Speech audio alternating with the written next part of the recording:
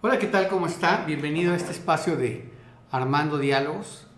Y bien, el día de hoy vamos a tener un programa que yo siento especial, en el sentido de que vamos a tratar de desmenuzar desde diversas ópticas, desde diversas eh, fronteras, el asunto tan importante que fue la elección del 2 de junio de este año, del 2024, sabiendo y teniendo en cuenta que de acuerdo a los resultados en Durango particularmente, digamos sin entrar en mucha controversia, que la mitad de los durangueses estuvieron a favor de una opción y la otra mitad a favor de otra, ¿no? Y que hubo también una votación no despreciable, significativa de Movimiento Ciudadano. Sí. Pero sí las dos opciones que lucharon a nivel del país por la presidencia de la República sí se reparten votos en el caso de Durango. Y que hubo una gran expresión de votantes también, ¿no? Muchos votantes que dieron la oportunidad de hacer un conteo muy amplio, muy grande, a nivel nacional y a nivel local. Parece ser que todas las localidades fueron muy generosas. Siempre las campañas electorales presidenciales son las que convocan más. Así es. Ya hubo una cuando en el 94 había el miedo de los asesinatos políticos, el miedo del surgimiento de la guerrilla en Chiapas, y llegó a votar arriba del 75% de los mexicanos. Fue una elección muy atípica, pero que movió a los mexicanos el miedo a lo que pudiera pasar en el país. Después ha habido una del 63% hace aproximadamente 6 años, y esta fluctúa de acuerdo a los lugares, porque también hubo elecciones a gobierno del estado, claro, que fueron convocaron a la gente a votar, y estamos en un rango entre el 60 y 67%, que es un rango importante de participación ciudadana. ¿Cómo cuántos millones corresponde? ¿Son unos 80 millones? Sí, aproximadamente, sí. Sí, ¿verdad? Más o menos. En general, en global, que es un dato interesante. Y bueno, pues el 2 de junio creo que fue una jornada intensa, donde todos los mexicanos participamos, se juega y se jugaba mucho en esta elección presidencial, y hay datos interesantes, porque las reacciones no solamente fueron el mismo día de la elección, sino que en estas horas y días posteriores al proceso electoral ha habido reacciones interesantes, sobre todo a mí se me hace muy interesante, bueno, tanto de quienes se formulan como ganadores, como quienes sienten que perdieron. Entonces creo que está interesante todavía la coyuntura o los estados de ánimo y las percepciones de la gente. Quiero usar la frase que usan para los temblores. Después del temblor, digamos, del día 2, hay demasiadas réplicas. Así es. Y algunas réplicas son entendibles y otras nos sorprenden también, porque no nos imaginábamos que hubiera ese tipo de réplicas. Sí, no, además la historia, ya ves que el mismo INE se tardó mucho en dar el famoso conteo rápido. Los conteos rápidos se hacen con los resultados ya de las actas de casillas, y también los que son muy eficaces son las encuestas de salida. Las encuestas de salida son muy precisas, porque le preguntan a la gente no por quién vas a votar, sino por quién votaste, ¿no? Todas las encuestas, fue ahí algo, también son de las anotaciones históricas, de que otra vez volvió a tener mucho peso la opinión de Televisa, ¿no? Porque sí, ellos se atrevieron a dar el resultado muy cercano, con mucha anticipación, con muchas horas de anticipación, con su encuesta de salida. Televisa, que es una empresa que no está precisamente con el gobierno actual, que de alguna manera ha tenido una distancia. Eso se nota en la línea editorial, en la información que se percibe de Televisa, y aún así ellos le levantaron la mano a Claudia Sheinbaum, fueron los primeros que le levantaron la mano de alguna manera, con una encuesta de salida, que son instrumentos de mucha precisión, que obviamente ahorita hay un sector de la sociedad, de ciudadanos de la oposición y a través de las redes y demás, que se ha soltado la idea de que hubo un gran fraude electoral, y matizando, otros de la oposición dicen que sí van a impugnar, ¿verdad? Que sí hubo irregularidades, pero no hablan de un gran fraude electoral. Lo que sí hay una coincidencia es la crítica, y ahí son conceptos que tienen que ver con la ciencia política y las ciencias sociales, que se habla de una elección de Estado, Claro. ¿verdad? ¿Hubo o no una elección de Estado? Y habría que matizar ahí a qué le llamas elección de Estado. Efectivamente, el presidente a través de la mañanera, en varias ocasiones y en mucho tiempo, pues estuvo promoviendo a sus famosas corcholatas y posteriormente se refirió a las posibles o a los candidatos a la presidencia de la República, y efectivamente el INE le mandó bajar algunas mañaneras, a censurarlas, a sacarlas de las redes y a obligar, que de alguna manera el presidente se vio obligado a ya no tener que mencionar los nombres de los candidatos acatando esas instrucciones del INE. O sea, sí hubo de alguna manera una intervención muy parecida a la que hizo Vicente Fox en el 2005-2006, ¿verdad? Que él en muchas de sus declaraciones pues empujaba a Felipe Calderón, ¿verdad? Como el candidato de entonces de Acción Nacional. Pero ya una elección de Estado, como una elección donde el ejército, la policía, los partidos políticos, el mismo organismo electoral hayan intervenido para torcer los resultados, bueno, pues eso ya está más a debate. Habría que ver cuáles son las impugnaciones. Eso ocurría en la época, ahora sí que hay que recordar, del PRI gobierno, ¿verdad? Antes de todas las reformas electorales, ellos sí hacían eso. Ahorita han estado difundiendo una que otra de las ¿cómo se llaman? Hojas de resultados electorales que tienen alguna irregularidad o son ilegibles, una que otra.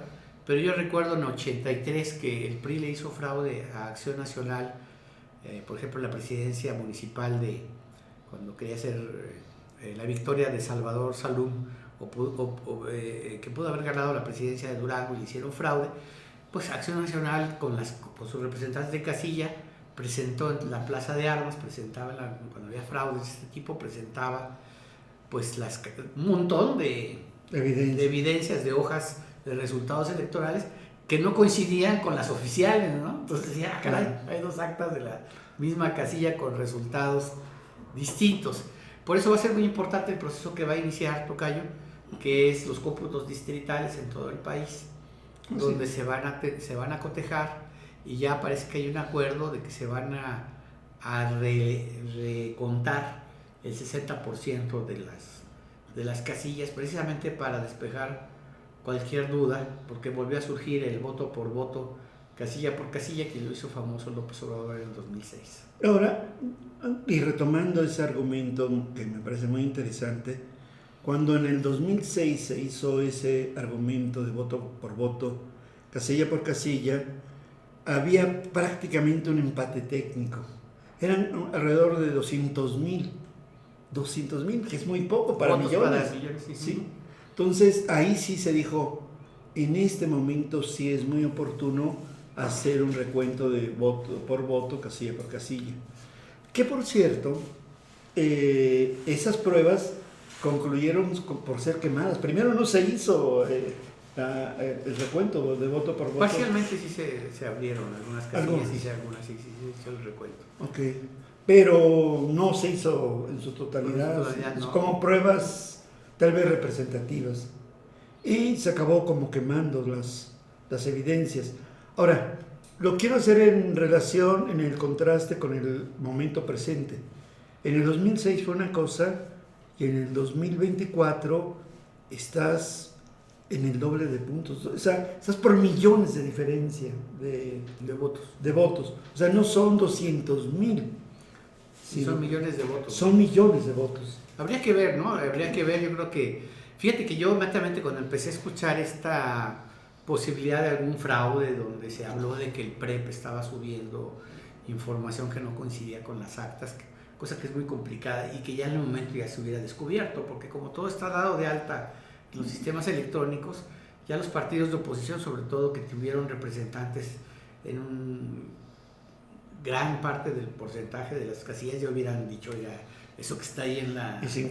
No es, ¿verdad? No Pero bueno, coincide. yo de todas maneras me fui a Lorenzo Córdoba, ¿no? Que fue una persona que no es de las simpatías de López Obrador, obviamente, tuvieron choques muy fuertes, y él habló de una elección ejemplar, no tanto por ahora alabar al gobierno actual, sino lo dice en función de que el INE, él lo vio que funcionó que trabajó muy adecuadamente, salvo que se tardaron mucho en dar el conteo rápido famoso, ¿verdad? Que ahora tuvo un agregado. Fíjate que en conteos anteriores nada más entonces uno estaba concentrado en la presidencia de la República.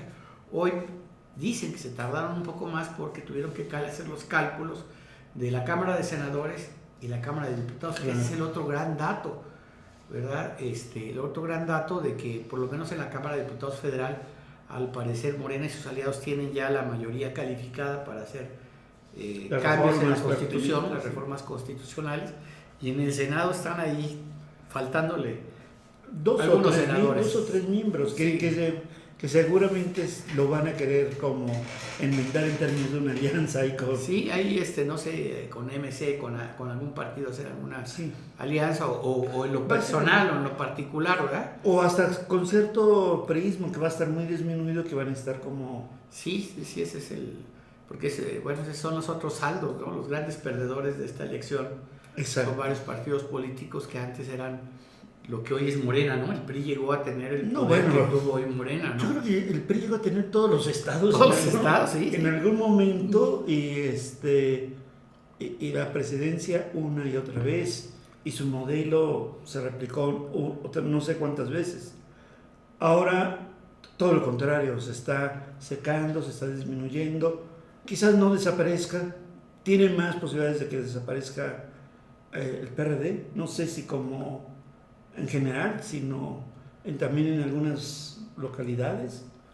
Pero conservar registros locales y perder nacionales. Está así, más está en la tablita está en esa tablita que creo que llegan a 3, ¿verdad? Puntos. Sí, tiene que ser arriba de 2.5% el mínimo, y entonces pues va a estar en la tablita.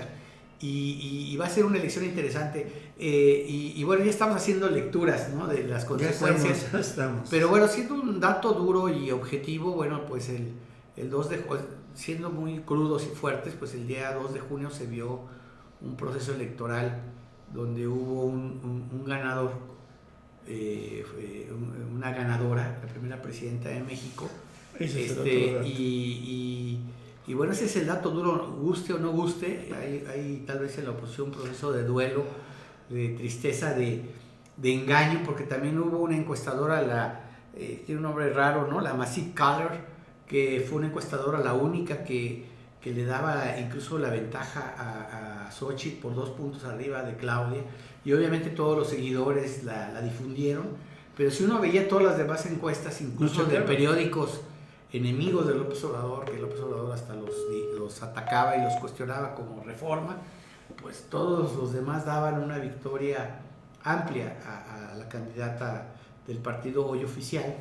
Y bueno, ya se disculparon los de Massive Caller de que su metodología tuvo algunos errores, que disculpen mucho que nos hayamos equivocado, que además es una encuestadora, hay que decirlo, que usa mucho el sistema telefónico. Y los que hemos hecho alguna vez encuestas, sabemos que tiene un sesgo mucho mayor el llamar telefónico que hacer las encuestas en calle o en vivienda, cara a cara, ¿verdad? Con una cierta muestra y un número de encuestados. Entonces no tiene la misma, ¿cómo se llama?, la misma puntería. Tocayo, vamos a hacer un pequeño corte. Así es. Pero sí nos gustaría que en el siguiente corte tú nos platicaras de los significados de esta elección desde el punto de vista de quienes hasta el momento han tenido la victoria en este proceso electoral. Regresamos aquí a Armando Diálogos.